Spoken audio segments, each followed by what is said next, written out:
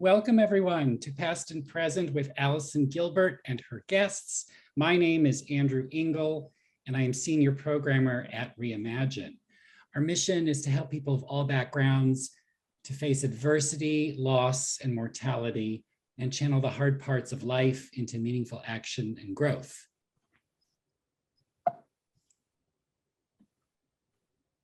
I'd like to thank For Grief for their support of this series, especially Christina Sirio.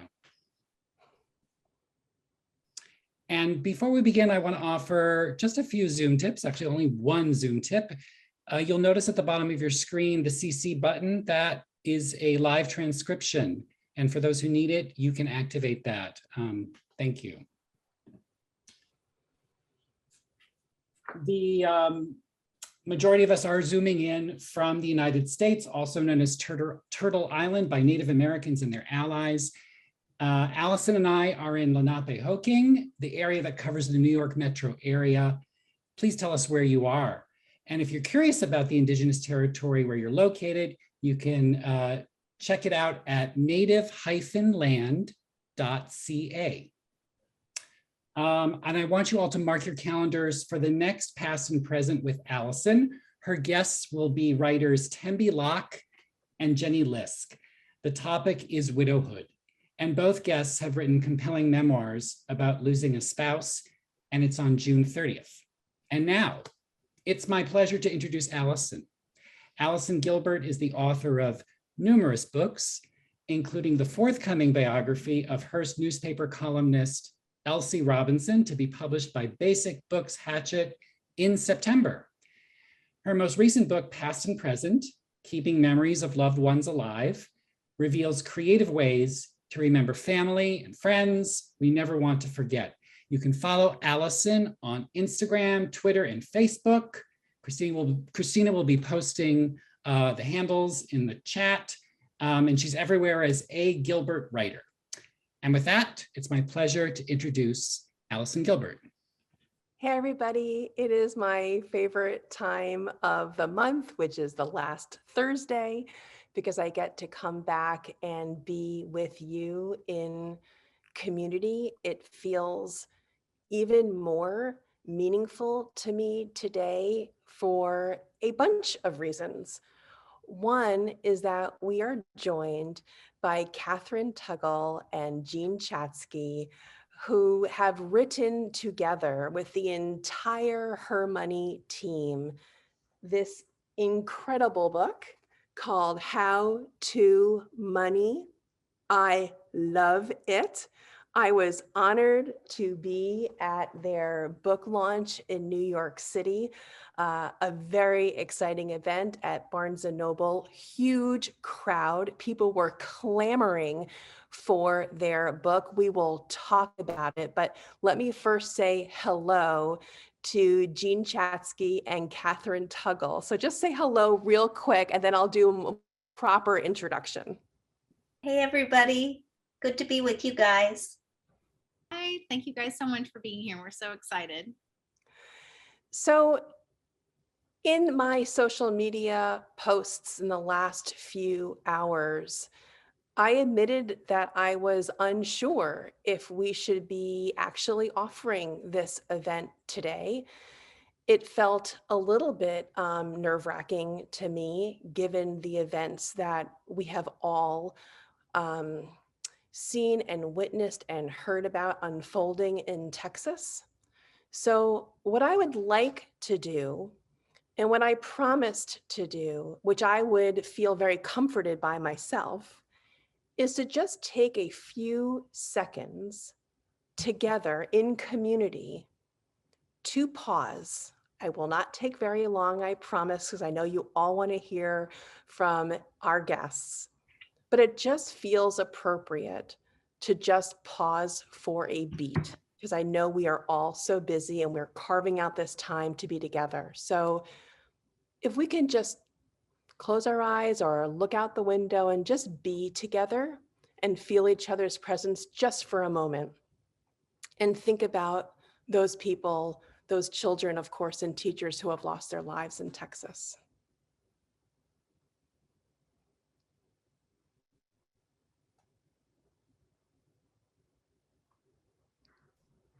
Thank you guys so much. I appreciate that. I know I needed to not just keep being busy, which I find to be very easy for me to do, is to consume my days with work. So thank you for just pausing just for a moment. In Andy's introduction, you also probably heard something a little bit different if you are a habitual joiner of these past and present conversations. You will have no doubt noticed that Domani for Grief is now For Grief. The branding transition is underway. It is happening. All the channels have been changed and updated. The website is morphing and transitioning. There'll be new and exciting things being added to the For Grief platform as we move forward. But I wanted to at least acknowledge the fact that it might have heard and sounded a little bit differently to you this week, this month. So let's start with this incredible book. I love it. And by the way, my son just graduated college, and I think it's a great graduation gift, whether or not your child, your niece, your nephew, your grandchild is graduating high school or college. I think it is a fantastic gift. So Jean, I of course want to start with you, if you don't mind. Kathryn, how did you decide to come up with this book? How did you and Kathryn together decide to come up with this book? You have written many books before, but this audience is very particular. It's not for the adult reader. Help us understand what this book is all about. Sure. This book is the book that we really wish we had when we were coming out of high school, or particularly for me coming out of college. I think thanks to the pandemic, and if there has been any sort of a silver lining to the pandemic, one sliver of it is that we're having a more serious conversation about the need for financial education than we have had before in this country. We're seeing more states mandate financial literacy education, more states say that it has to be something that you go through before you can actually graduate, and that's fantastic news. But right now, most of the adults in this country don't come out of college or high school equipped to manage the basic things we have to do every single day, week, month, year when it comes to our finances. And it's not that hard. It's just you need a particular list of skills to be able to do these things, and then do them again and again and again on repeat for the rest of your adult life. And so that's what this book is. This book is an instruction manual for how to money. I mean, we believe at Her Money that money is the tool that we all need to know how to use in order to get what we want out of life. It's not the be all and end all by itself. It's this important tool, but you need some instruction on how to use it.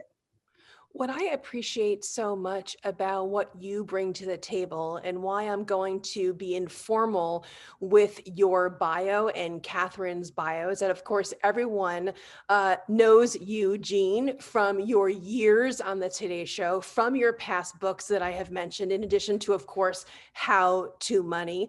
But your partner in crime, Kathryn Tuggle, is no slouch. As the editor-in-chief of Her Money Media, I am duly impressed. When I heard you, Kathryn, at Barnes & Noble talking about the book, duly impressed. I am a huge listener, fan. I'm a fangirl of the Her Money podcast. And of course, Kathryn, you are always on the podcast in the mailbag section, which I love.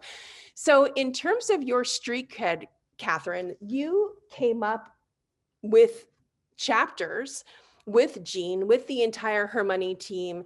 And there are chapters here of how to earn money, how to save money, how to smartly spend money. And I'm curious, from your vantage point, what is the most essential takeaway for young people who are navigating their finances? Is there one for you that bubbles to the top more than the others? Yeah, well, it's a great question, because the reason we wrote the book in large part is because I think so many of us get financial advice coming at us from all angles. You talk to your mom, she's got her best piece. You talk to your dad, he's got his best piece. Aunts, uncles, everybody's going to tell you a few things when you're growing up about your money. And I think it's hard to know like where they lie in the hierarchy of needs and how important each thing is. So I think that's why we started the book with the chapter on Earn It, about how to get money, because before you can save it and invest it, you have to earn it. And I think the part that I wish I had the most at that age is our section on salary negotiation. Because we know that starting salary, particularly for young women who earn less than men over the course of their lives, that starting salary is so important. Particularly a lot of us are in jobs where the company will give you your raises based on a % of your salary. So if you start, your starting salary has everything to do with what your salary is going to be in 3 years, in 5 years, in 10 years.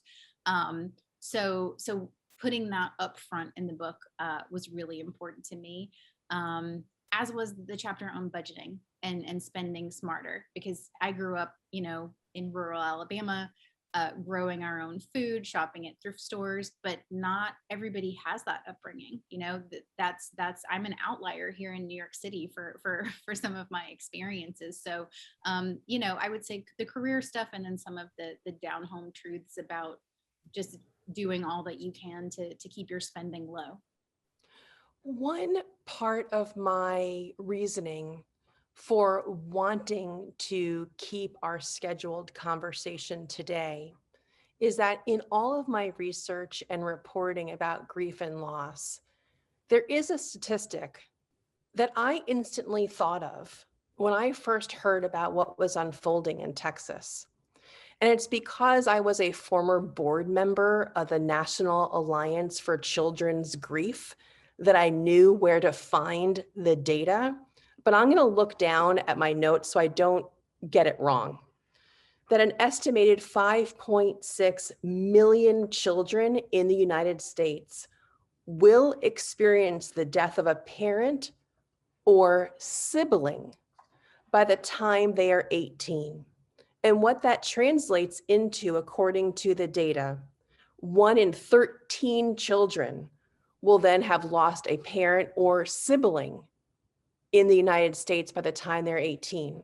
So when I heard the news of Texas, and I heard the Sandy Hook parents coming out to talk to the media again, I was reflecting on their surviving siblings. And so because How to Money is geared towards younger people, I thought of those kids who are vulnerable, and what they do with their futures when the ground moves beneath their feet in the most horrific way when you lose a sibling. So what are the financial lessons? If you're thinking about mortality from such a young age and you're growing up with that on your mind, I would imagine there is a way to take that fear and make yourself a better planner for your future, which includes love and relationships and your financial well-being. So my question, Jean, to you is, how do you think teens and young adults who read How to Money, how can they prepare best if they're thinking about mortality, thinking about their parents? What can they do now as young people to be stronger? It's a boy, I mean, Allison, we could just unpack that question for the next hour and not move on to anything else, because I think that grief and loss and fear actually don't bring out the best in us as managers of our own money, in a number of different ways. When we're thinking about fear and about risk, if you've experienced a loss early in life, it can lead you to go in one of two directions, right? It can make you incredibly risk averse, It can make you not want to take the risks that you have to take with your investments in the future.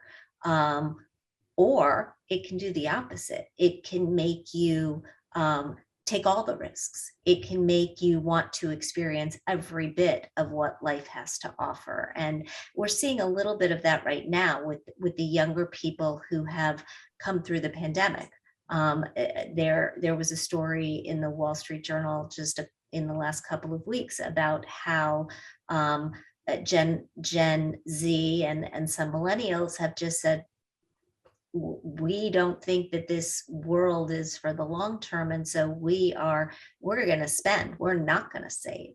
And I think, when we look at somebody who has experienced loss in such a profound way, the thing that you sort of have to do in order to capture your better self is to look at goals, to look at what do you really want? I mean, and that's the question for all of us when it comes to our money, no matter whether we've gone through a significant loss or not. But what are the big things on your list that you want in the short term, in the medium term, and in the long term? And how are you going to get there? How are you going to plot your way there in an achievable manner? Beyond that, the saving, the investing, the actual machinations that we all need to put ourselves through in order to be successful achieving those goals, that's largely just math. But it's taking a step back from the impulsive feelings that you have at the time of a loss, and forcing yourself to really look at them and deal with them. I've often been asked, what do I do if I inherit? What do I do if I get an inheritance? And my answer is always, for the first 6 months to a year, you do nothing, right? You do absolutely nothing, because there's so many emotions tied up in that money that you are likely to make decisions that you regret. Kathryn, thank you, Jean. Kathryn, when I was thinking about the recent events, of course, as someone who speaks grief all the time, I know that these events can trigger memories and reflections of our own losses. And also the fear of the safety and security of those who we love most, those who are still here, but now we fear maybe something happening to them. So in that frame, Kathryn, I'm curious for you, what questions do you feel are most important for the readers of How to Money to ask a surviving parent, a grandparent, about their finances? Are they taking care of their own store? How can they get involved and know kind of what's on the horizon in their own family? It's a great question. In the book, we frame a question around, what do you want for future you? So we ask our readers to think about where they're going to be in 5 years and 10 years. And we don't just give them the abstract concept of saving for retirement, because our readers we know we're going to be younger for this particular book. But we do talk about that your future isn't just some imaginary thing. It's you. You're going there, you're headed there. And in that way, I think it's hopeful, but it's also helpful to make it seem like more of a reality, that this is coming. We know it's coming, and we're going to try to get out ahead of it. So I hope that when people read our book, that maybe some more of those conversations like you're talking about will happen, because these kids are going to be put into the frame of mind to think about their future selves. And I think it's an easy dovetail then to ask your parents about, well, what have you done for your future, and how are you prepared for your future? And we also are trying to spark conversations around college and college savings between kids and their parents who are reading this book.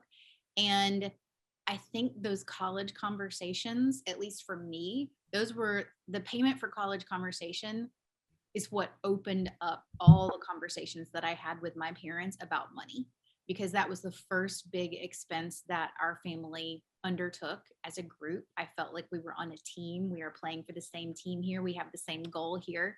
I was told very clearly by my father that your job is college. So you will show up to class every day because college is your job. And I think those conversations are perhaps easier to start when a child is 18 and they start to think about their first big investments.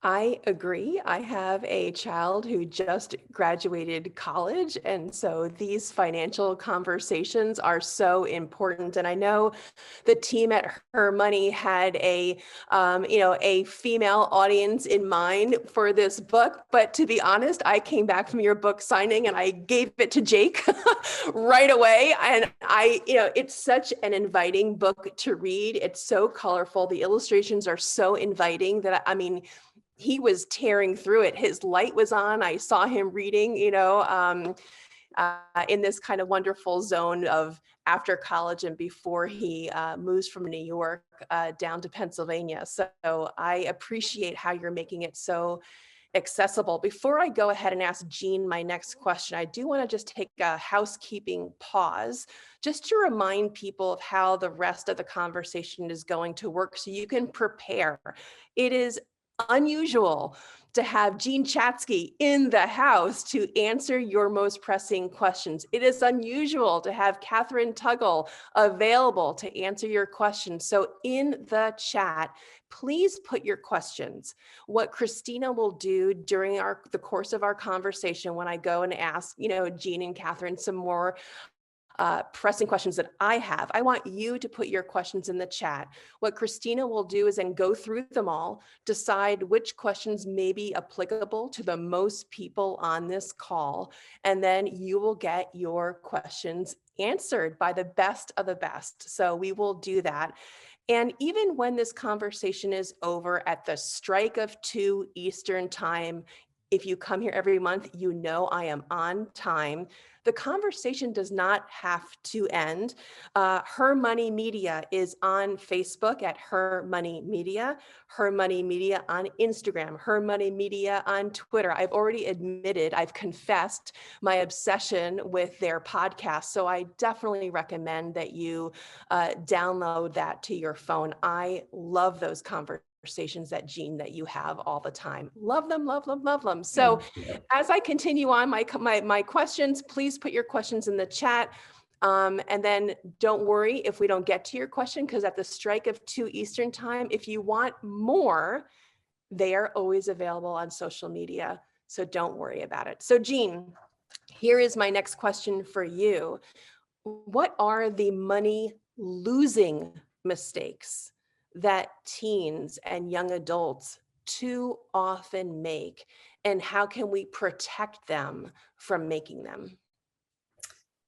I think they fall into a couple of broad categories. Number one is not paying enough attention to their money, and number two is not paying enough attention to their time. So let me sort of dig into each of them. And by the way, I don't think they're limited to teens. I think these are mistakes that people make all along the way. And I know, for example, when I talk about not paying enough attention to their money, one of the programs that we have at Her Money is a coaching program. It's Finance Fix, and it's an 8-week deep dive into your money to get you saving more, spending less, and focused on heading in the right direction. And wait, hold on, Jean, can people buy that for their kids' graduation gift? That seems like a fabulous gift idea. Yeah, no, they absolutely can. We're launching new classes every single month, and if you go to Her Money, you can find the link for the Finance Fix program, or you can just go to financefix.com. We spelled it with 2 X's because we were trying to get clever, and so it is what it is. But it's yeah, I think we have had some interest in a program for young people particularly. So if we get enough, we'll probably just fill a class with people that are that age.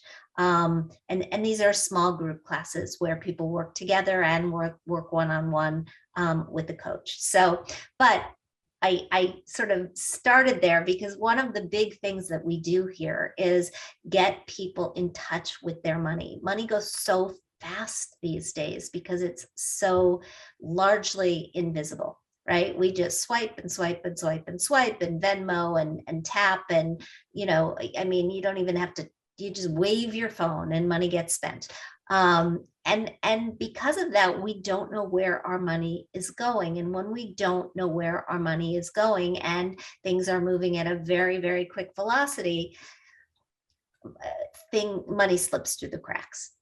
We have a lot of what professionals like to call leakage, and that gets really expensive, particularly for young people who don't have as much in the way of disposable income as their parents do, and are used to living in their parents' homes where the spending is probably more lavish than they can afford on their own. And so you got to get your kids in touch with where their money's going. They have to pay attention. They can do it with an app. They can do it with a program like ours. They can do it with pencil and paper, but they got to follow the money.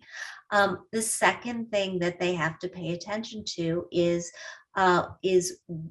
time, and that comes in 2 different varieties. First of all, time is money, right? I mean, you've heard that so many times throughout your life, but once you have a sense of what an hour of your time is actually worth, it gives you a tool that you can use to make decisions about how you want to actually use that time. It's very, very powerful. And my quick hack for figuring out what an hour of your time is worth, which we put in the book, is just to take your salary, your annual salary, if you don't work by the hour, lop off the last 2 zeros and divide by 2. And that is essentially what your hourly rate happens to be. But the other place that we get into trouble with time is by not considering the incredible value of our years when we're young. If we can get ourselves investing in our 20s, that money has so much more time to grow than in our 30s, 40s, 50s, and 60s, and is worth so much more down the line. So we don't want to waste these precious years as we're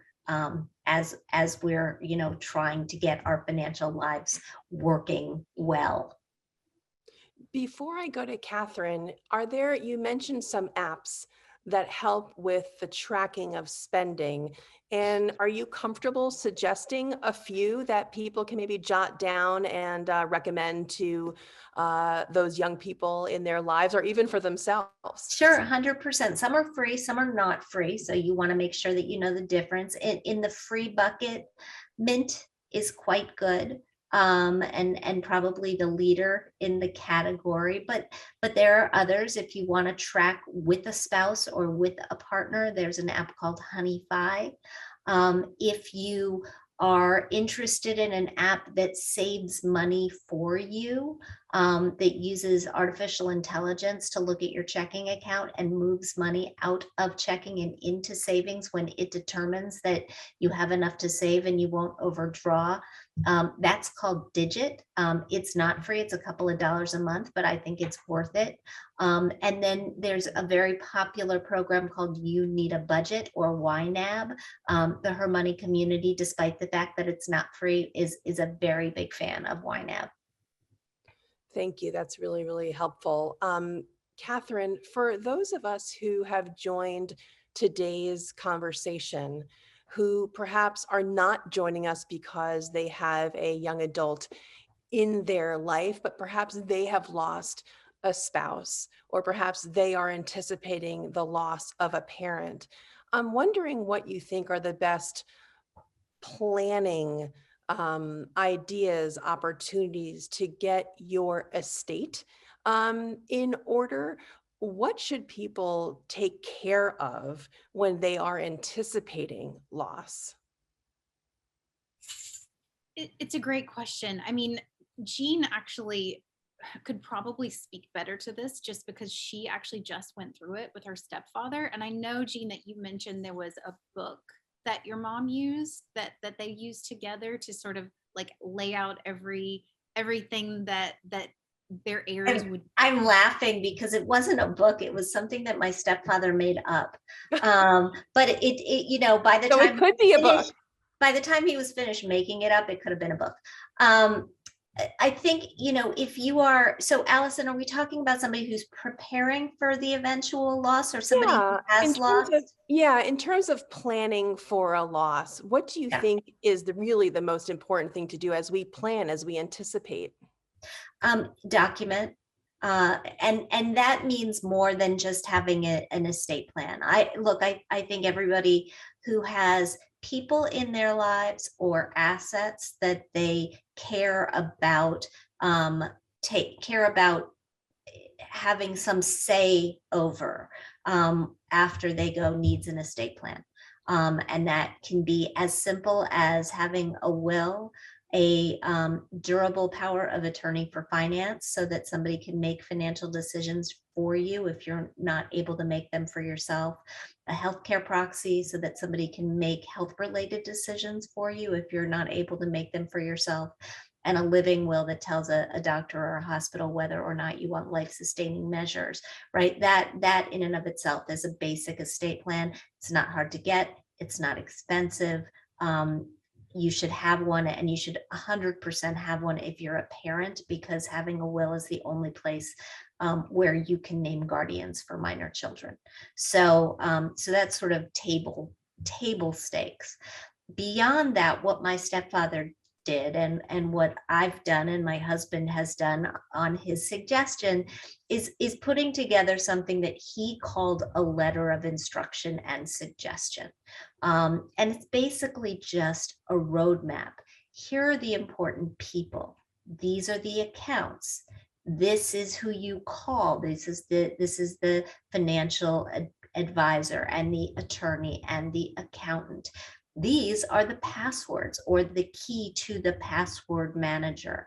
And you put this document together, you update it, you know, once every couple of years, and it can be a real lifesaver. I mean, my stepdad, whose name was Bob, and who, you know, he really laid it out. He laid out everything from who will speak at his funeral to what sort of food he wanted ordered for the Shiva, which, if you're not Jewish, is that when Jewish people die, often there's a Shiva, and it is a period of mourning where people often come to your house and they eat and they drink. And my stepfather really knew what kind of food he wanted for the Shiva, and so that was, you know, he made it easier for us. And when you're grieving, whether it's this is the password to the Verizon account, or this is what I want for my funeral, that helps. What strikes me about what you're saying, and I'm sorry about Bob. Thank you. To me, what strikes me on a very personal level, my mother died a long time ago, right when I graduated college. And she was like a death denier. You know, she was not wanting to admit to herself that she was so sick. And so it was the 11th hour when she was just not of a sound enough mind to write what you're describing. And I feel from what you're saying, it's an act of love what Bob did for his family. Don't you think? 100%. Yeah, 100%. Because, you know, for all the reasons I was saying before, we're not thinking clearly when somebody dies, right?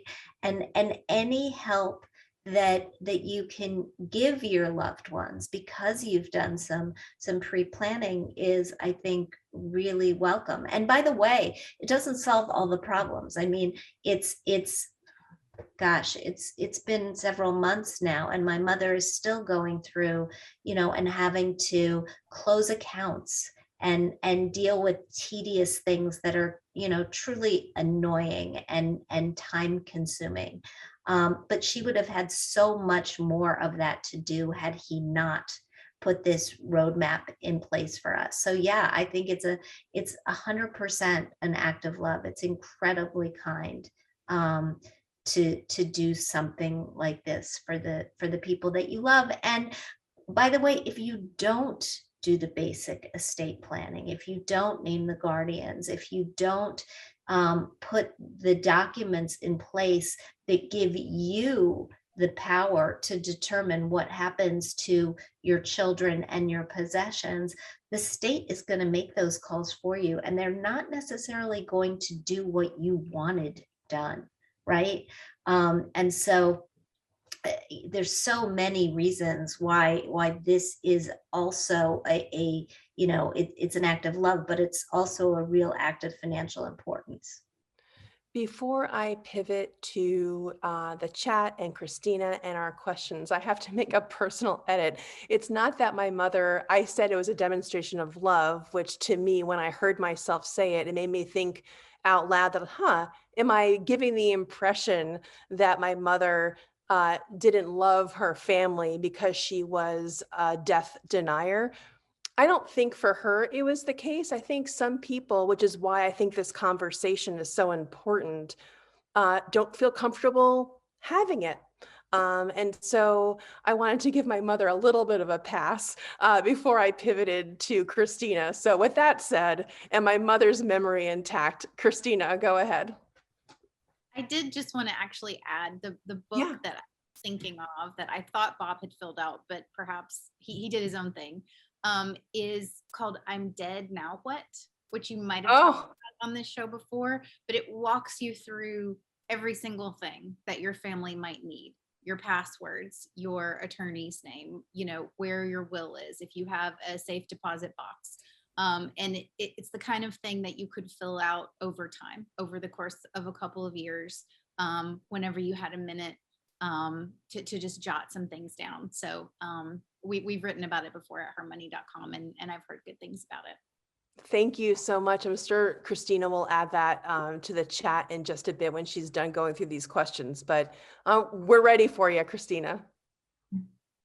Okay, the first question is anonymous. It says, I'm a new, relatively young widow, completely unexpected, whose husband took care of finances while I raised our kids. My husband had a deep life insurance policy. How do I know who to trust when looking for a financial planner or wealth manager? Oh, I hear this all the time. And first of all, I'm so sorry about your husband, and for everybody in this Zoom who's here because you've recently or not so recently experienced loss. You know, our hearts totally go out to you. There's a couple of things. I mean, I think there's a level of basic trust, which you don't want some sort of a charlatan, right? You want to know that this person is licensed, that they are experienced. I like somebody with at least 5 years experience under their belts, that they have not gotten into any trouble with the SEC, which is something, or FINRA, as we call it nowadays, which is something that you can find out by going to finra.org and using what they call their broker check tool. It will let you know if there are any red flags in this person's history. You should also just do a basic Google search, make sure there's nothing out there that looks fishy to you. But then you want to make sure that you are finding somebody who lines up with what you need from a financial planner, who is economically feasible for you, where you understand the model of how they get paid and that makes sense to you, and who is somebody that you can really talk to. And so I have a preference for comprehensive financial advisors. I like to see, sometimes they're called holistic financial advisors. I don't want somebody who's just going to look at your brokerage accounts. I want somebody who's going to look at your whole financial life. And I want them to be a fiduciary, which means that they are required to act in your own best interest, rather than theirs. So if they are if they're sort of toggling between two very similar financial products, one of which costs more and would pay them a higher commission, and one of which costs less and would benefit your pocket, they have to go with the latter. All CFPs, certified financial planners, are fiduciaries. That's an important thing to know. So that's a good credential to look for.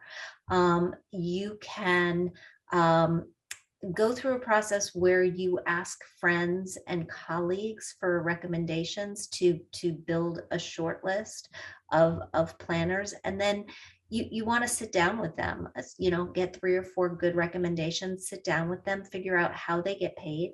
Are they working on a model where you're going to pay them a fee for their services, or are they going to charge you a percentage of assets that they manage for you?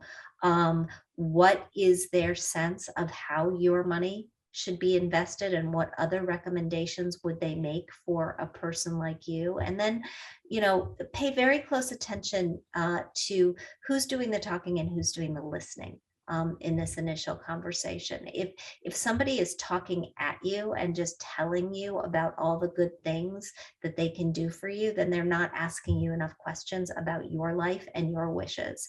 And so I like you to be doing most of the talking in this initial meeting, if possible. At hermoney.com, we also we have a referral engine if you're looking for a certified financial advisor. So if you go to hermoney.com and you click our Find an Advisor button, we will set you up with a consultation, a free one, of course, with a certified financial planner and a fiduciary. Wow, that's a lot of really important information. Thank you so much, Christina. Let's keep going. There's actually one more stat I wanted to share. Oh, there. yes, Kat, I keep cutting you off before. No, you're fine. So there was a study that came out just a few years ago that 2/3 of women, when their husband passes, they opt to find a new financial planner when they're widowed, because the reasons are varied, right? Perhaps they feel talked down to, or perhaps they feel that the planner was always spoke to their husband and isn't addressing them directly. But I think it speaks to the need to not stop until you find the perfect fit, because your financial planner is going to be someone that you check in with at least annually. And if you walk into that room and they're not making eye contact with you, or they are not making you feel fully heard and understood, you have to move on. I kind of equate it to finding a doctor. You have to find a doctor who wants you to be your own advocate, who listens to you when you complain of pain. And it's the exact same thing with a financial advisor. So go to 12 if you have to. It's most important that you find the right fit.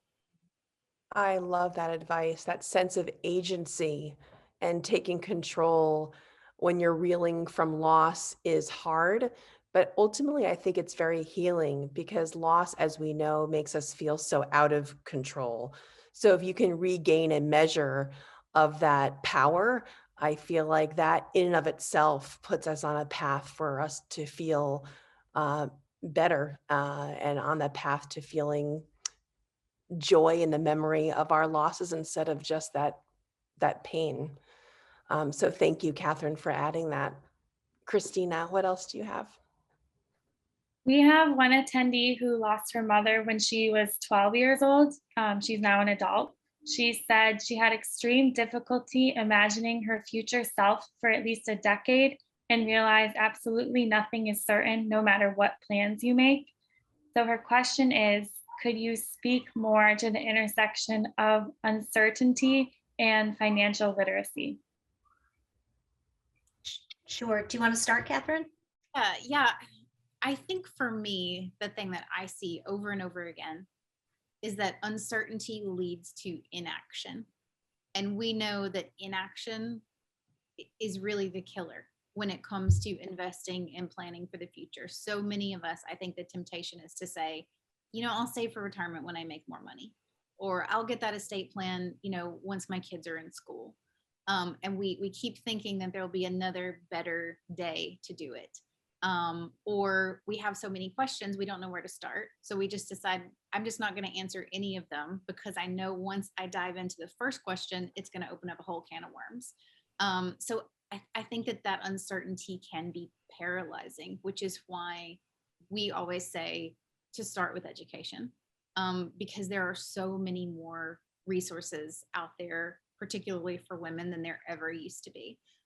There are books, there are podcasts, there are websites, there are newsletters you can subscribe to that will walk you through the basics of everything, like step by step how to open an IRA, step by step how to draw down on your 401k to make it in the most advantageous way for you. So I would just say start with education first. Do you feel, Kathryn, that education is also great to get from your peers? I know the Her Money community has a Facebook group where people can talk and share. For Grief has a community page. So do you feel like that ability to commiserate, to learn, to rant, to be happy, to be sad, to share information back and forth, as opposed to expert to learner, peer to peer, where do you see that support coming into play? I think you need both, because I think that we have all known friends who have good money advice, but we also kind of know they're not great with it either. Yeah. So I think you have to know your source. I love the fact that in communities like our Facebook group, women are bouncing ideas off of each other and showing support and giving solutions that might not have been considered before. So all that is amazing. But I do think at the end of the day, if you're going to create your official plan or your official strategy for your retirement and your long-term health and well-being financially, you have to have that fiduciary in your corner. But I love the idea of getting a recommendation for that fiduciary from a good friend, or talking about, I think just knowing if you've made a mistake, just hearing that someone else has made that mistake can be so empowering, and how they recovered from that mistake. So ideally women would have both in their lives, and I approve people for our Her Money Facebook group. So please request and I'll put you right in. That's good to know. Christina, let's go with another question. We have some anonymous widows in the chat that want to know more about specific timelines. So one of the timeline questions is there a time that I should nail down a financial planner after becoming widowed? And the second one is there a guide for widows who need to close and retitle assets and accounts? By when does this need to be done? I'll take it, because I actually went through this process with my mom after my father died. So before she met and married my stepfather, my mom was interesting in that I was raised by a woman who actually handled the money in the family, which was unusual for that generation. But she was better at it than my father. She liked doing it more than my father, so she handled it for them. But they talked about everything. And when my dad died, she felt like she lost her sounding board, and so we went through a process, and I did it with her, where we made a short list of financial advisors, and then we went and we interviewed them together. And this was probably about 3 to 6 months after my dad died. It was in that window at some point. It was past. she was still in a fog, right? She was still in a fog. But I think the importance of having somebody on your team during that time is that hopefully they can give you some guardrails, so that you are not making, so that you don't make mistakes, so that you don't make decisions that you later regret. And so I think sooner rather than later is probably a good thing to do. As far as the specific retitling of assets and when that has to be done, I honestly don't know off the top of my head, and I don't want to give you wrong information. But I know that your estate planning attorney will know, and likely your accountant will as well. Kathryn, can I ask you a question that we haven't gotten to yet? And maybe while I'm asking, if anyone has more questions, please throw them in the chat. But one thing that's on my mind, we talked about assets when a loved one dies and potential inheritances. And I think the advice that I heard was sit, wait, make an informed decision. Don't work on those assets. Don't think about them right away, that money.